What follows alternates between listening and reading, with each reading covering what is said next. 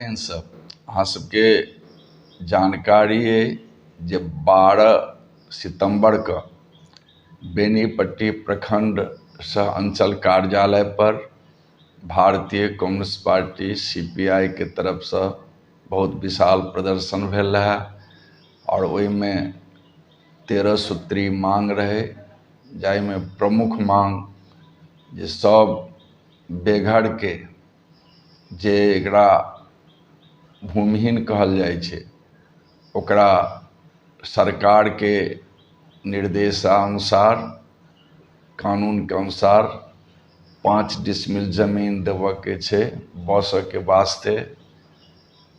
और दोसर जे गैर मजरुआ आम, सर्वोदय या केसरे हिंद बिहार सरकार के जमीन पर जे बसल छै अथवा कोनो रैयत के जमीन पर बसल छै 12 साल से अधिक समय से ओकरा वासगीत पर्चा देल जाय,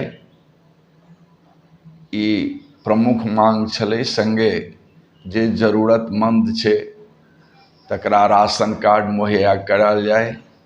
राशन कार्ड बनबऽ में जे धांधली भऽ रहल छै, दलाल बिचौलिया के द्वारा 2000, 2500, 3000 रुपया लऽ कऽ देल जा रहल छै और जरूरतमंद के बहुत के नहीं भेटै छै। जकरा जरूरत नहीं छै या आर्थिक रूप से समृद्ध लोग छै ओकरा देल जाय छै मापदंड के उल्लंघन कऽ कऽ। ई सब प्रमुख मांग छलै। ओहि दिन बीडीओ और सीओ साहब नहीं रहथि और एसडीओ मनीषा कुमारी जी से बात भेल बेनीपट्टी और हुनके आग्रह केलियनि जे अपने स्थानीय कार्यालय में सीओ साहिबा के बजा कऽ जे खास कऽ लैंड से संबंधित समस्या छै, जमीन से संबंधित समस्या छै, ओहिके निदान करायल जाय। संगे जे अहाँ के अनुमंडल से संबंधित, राशन कार्ड से संबंधित समस्या छै ओहिके निदान कयल जाय। और ताही के तहत काल्हि अनुमंडल कार्यालय में, अनुमंडल पदाधिकारी के कार्यालय में सीओ पल्लवी गुप्ता जी और एसडीओ साहिबा के देखरेख में बातचीत, बहुत सकारात्मक बातचीत भेल। हमरा सबके प्रतिनिधिमंडल में हम कृपानंद आजाद, अंचल मंत्री आनंद कुमार झा, जिला मंत्री मिथिलेश झा, हमर पूर्व सरपंच अशेश्वर यादव जी और तिरपित पासवान जी, संतोष जी, ई सब केओ हम सब प्रतिनिधिमंडल में रही और हमरा सबके अनुमंडल पदाधिकारी के द्वारा आश्वासन भेटल जे राशन कार्ड सब वंचित जरूरतमंद परिवार छै तिनका लेल हमरा से डायरेक्टो अहाँ सब संपर्क कऽ सकै छी, न तऽ अप्लाई कराउ आ जे कोनो बिचौलिया पाई मांगे तकर नाम दिअ, तकरा चिन्हित करू, तकरा पर हम अपना स्तर से कार्रवाई करब और सब जरूरतमंद के राशन कार्ड मुहैया करेबै। एहि लेल हम एकदम अखन से तत्पर छी।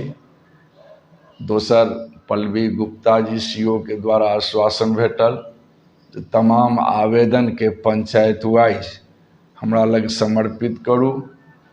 जे वासगीत पर्चा योग्य लोग छथि हुनका वासगीत पर्चा देल जेतनि जांच करवा कऽ। और संगे जकरा 5 डिसमिल जमीन के जरूरत छै ओकरा 5 डिसमिल जमीन, 3 डिसमिल से लऽ कऽ 5 डिसमिल तक जमीन मुहैया करायल जेतै। हम सब जोर देलियनि जे 5 डिसमिल जे 1 कट्ठा किछु धूर के बराबर होइ छै और लगभग 1000 से ऊपर आवेदन हम सब इकट्ठा केलहुँ हैं। 102 दिन में सबके पंचायत वाइज सजा कऽ हम सब अंचल पदाधिकारी के लग में सुपुर्द करबै। और संग संग दाखिल खारिज में जे धांधली भऽ रहल छै, बिचौलिया द्वारा लूट भऽ रहल छै, ताहू के शिकायत हम सब सीओ साहिबा के पल्लवी जी के केलियन और हमरा सबके कहल गेल जे केओ अगर पैसा मांग करे सीओ के नाम पर कोनो बिचौलिया तो हमरा कहू आ जे कोनो काज हुए भारतीय कम्युनिस्ट पार्टी के प्रतिनिधिमंडल या अन्य लोग हमरा से मिल के हमरा कह सकै छी, कोनो काज में दिक्कत नहीं हेतै, ओकर निदान यथा शीघ्र हेतै। जांचो में जे टाइम लागे हमरा से लागे, जल्द से जल्द बास्कित पर्चा 5 डिसमिल जमीन हेतै। बाकी जे सूखा पड़ गल छै ताहिके लेल सेहो हमसब कहलियनि जे राज्य सरकार के प्रतिवेदन एहिठाम से भेजू, जेना भारतीय कम्युनिस्ट पार्टी के प्रदर्शन के माध्यम से हमरा सबसे मांग कयल गेल है जे मधुबनी जिला के खास के मिथिलांचल के सूखा क्षेत्र घोषित क के और जे किसान छै ओकरा फसल क्षेत्र के भरपूर मुआवजा देल जाय। संगे हमरा सब कहलियनि जे बाढ़ सूखा बिजली संकट का स्थायी निदान कोसी के बड़ा कमला के शीशा पानी पर हाई डैम बना कर कयल जाय। ओहो के ओ कहला जे हम राज्य सरकार केंद्र सरकार के भेजब। संगे पश्चिमी कोसी नहर के जे अधूरा काज छै ओकरा पूरा कयल जाय सेहो कहला जे करब। संग संग नलकूप सब जे बंद छै विभिन्न गाँव में ओ राष्ट्रीय स्टेट बोर्डिंग के अविलंब चालू करऽ के लेल सेहो कहलियनि, सेहो कहला जल्द से जल्द करायब। और एहि सब सवाल पर में हमरा सबके बहुत सकारात्मक पॉजिटिव बातचीत भेल। तो एही 12 तारीख के प्रदर्शन के प्रतिनिधिमंडल जे बात कलक ओहि प्रदर्शन के मांग के संबंध में, यह बात यहाँ सबके सूचनार्थ हम कृपानंद आजाद, सदस्य बिहार राज्य परिषद भारतीय कम्युनिस्ट पार्टी।